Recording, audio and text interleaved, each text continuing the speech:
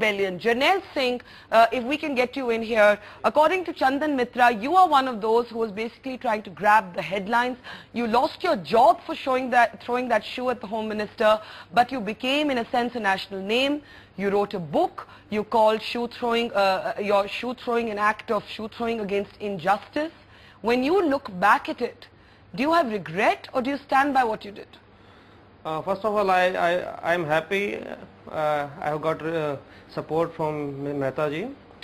Yes, as a journalist, I have never defended my action. It was not appropriate for a journalist to hold a shoe. But please give me 2-3 minutes to clarify my position. When the Nanavati Commission report presented in Parliament in 2005, I was sitting in the Rajya Sabha gallery when the Prime Minister Manmohan Singh has apologized. At that time, he has promised that he will take action against the culprits. But till 2009, there was no action. Jagdish Titler, earlier, he was removed from ministry, but he was given ticket. Sajjan Kumar was given ticket. And when CBI gave clean chit to Jagdish Titler, at that time, I find that the last hope of justice is diminishing.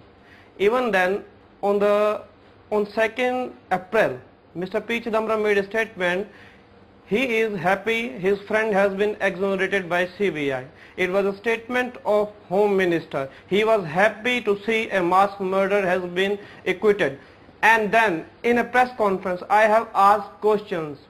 Chandra Mitra ji saying our duty is to ask questions. I have asked questions, but he said I am using this platform for my own agenda. I have not done it to become a hero for populism. Yes, I am not saying that it was proper, but I am proud of what I did because the outcome was good.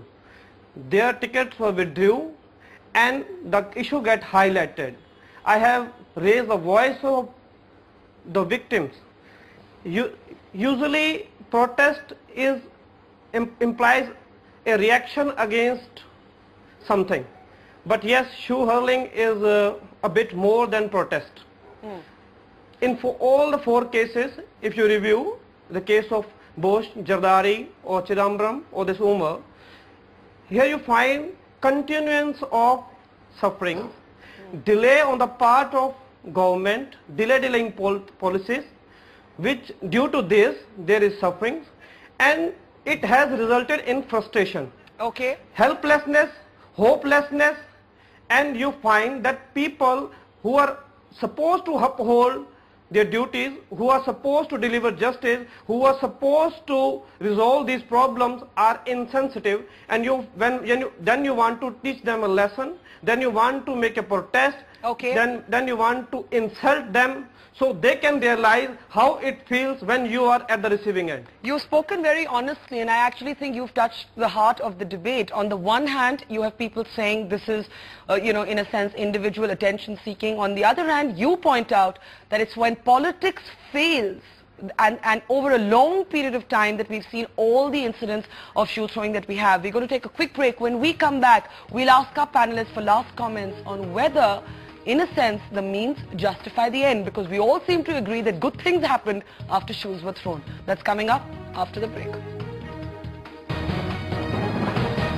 I mean, look at the incidents in India of shoe throwing in the last 18 months, 3 or 4 incidents. But what I want to emphasize is in most of the cases of the shoe throwing, the effects of that have been usually very good. If you remember what happened to Chidambaram when the shoe was thrown, the Congress dropped some of its more notorious candidates for the election.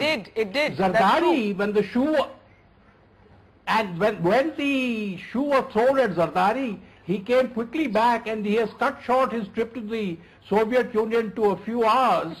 So I think these people do get the message that this is an extreme, this is the result of extreme anger.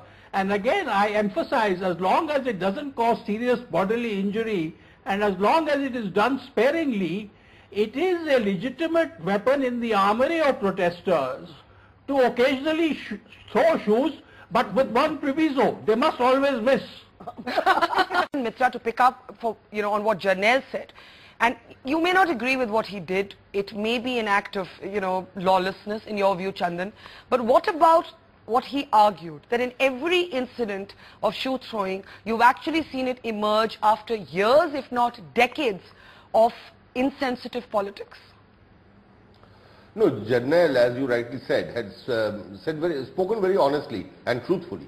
And you see, I think there's a contradictory position he took. He said it was not right, but he said at the same time he was proud of what he did because it brought good.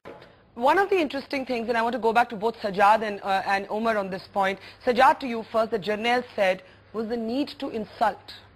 And, I'm just wondering whether that is the psychological truth of a lot of such protests, Sajjad, that when you need to hit back at the state, and when you feel a sense of insult and humiliation, you need to actually transfer it back on symbols of power.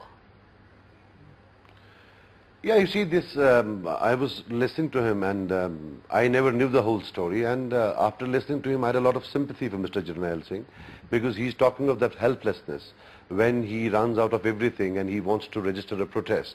And even in this Kashmiri incident that we had at Umar Abdullah, for me the incident of throwing the shoe is not that important, as is how it was perceived by the people. Now they are the bigger judges.